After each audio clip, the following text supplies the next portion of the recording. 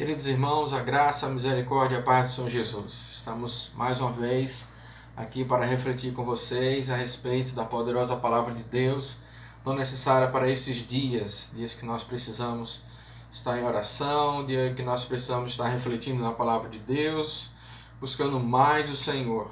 Estamos vivendo um tempo nunca visto antes.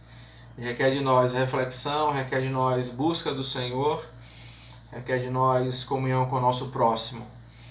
Nós queremos convidá-los a abrir a palavra de Deus, Evangelho de Mateus, capítulo 14. Nós leremos os versículos 22 a 36. Mateus 14, 22 a 36. Podendo, abra sua Bíblia, acesse pelo seu celular, pelo seu computador. Nós vamos refletir na palavra de Deus, tão maravilhosa, tão necessária para esses dias. Nós queremos refletir na passagem que Jesus anda por sobre as águas.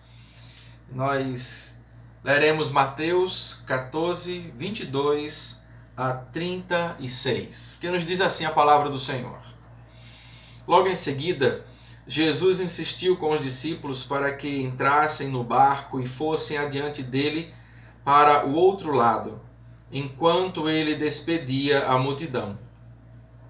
Tendo despedido a multidão, subiu sozinho a um monte para orar, e ao anoitecer ele estava ali sozinho, mas o barco já estava a considerável distância da terra, fustigado pelas ondas, porque o vento soprava contra ele.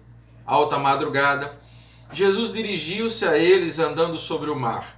Quando o viram andando sobre o mar, ficaram aterrorizados e disseram: "É um fantasma", e gritaram de medo. Mas Jesus imediatamente lhes disse: "Coragem, sou eu, não tenham medo." "Senhor", disse Pedro, "se és tu, manda-me ir ao teu encontro por sobre as águas." "Venha", respondeu ele. Então Pedro saiu do barco, andou sobre as águas e foi na direção de Jesus. Mas quando reparou o vento, ficou com medo. E começando a afundar, gritou: "Senhor, salva-me!" Imediatamente Jesus estendeu a mão e o segurou e disse: "Homem de pequena fé, por que você duvidou?" Quando entraram no barco, o vento cessou. Então os que estavam no barco o adoraram, dizendo: "Verdadeiramente, tu és o Filho de Deus."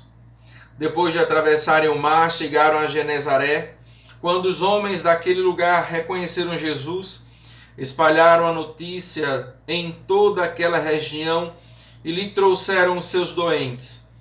Suplicavam-lhe que apenas pudesse tocar na borda do seu manto, e todos os que nele tocaram foram curados. Feche seus olhos para nós orarmos. Querido Deus, eis a tua palavra tão importante, tão necessária, tão fortalecedora, que ela, ó Deus, pela ação do teu Espírito Santo, sobre todos os que nos assistem nesse instante, possa produzir em nossa alma o resultado que o Senhor deseja. Possa produzir no nosso coração a fé, na nossa mente, a direção que o Senhor deseja para nós. Eis-nos aqui.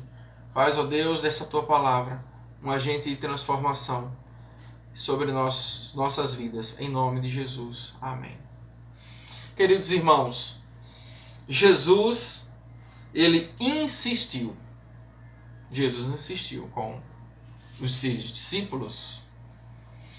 Momentos antes, ele havia realizado um milagre de multiplicação de pães e peixes, à vista de todos. Eles bem sabiam que ali só tinham 5 pães, 2 peixes, trazidos por um menino. Eles contemplaram tudo aquilo, mas nos diz o texto que eles estavam incrédulos diante do que havia acontecido. O Evangelho de Marcos, no capítulo 6, o versículo 52, a respeito desta mesma passagem, essa mesma ocorrência, diz assim: "Pois não tinham entendido o milagre dos pães." Jesus insistiu com eles, porque eles não tinham entendido. Jesus havia demonstrado para ele esse milagre e os corações deles, conforme também diz o texto, complementar no 52, o coração deles estava endurecido. Um coração endurecido gera descrédito. Um coração endurecido gera medo.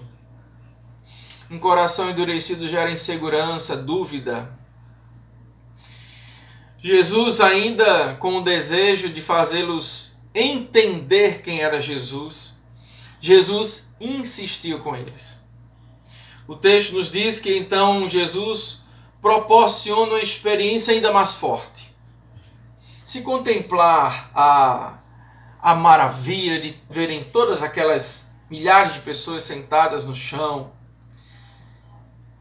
vendo durante o dia tudo muito bonito, tudo muito maravilhoso, eles sendo abençoados por verem aqueles pães sendo multiplicados ali em suas mãos, os peixes também, as pessoas comendo, milhares de pessoas, todas comeram e ainda sobrou 12 cestos, a mesma quantidade de discípulos.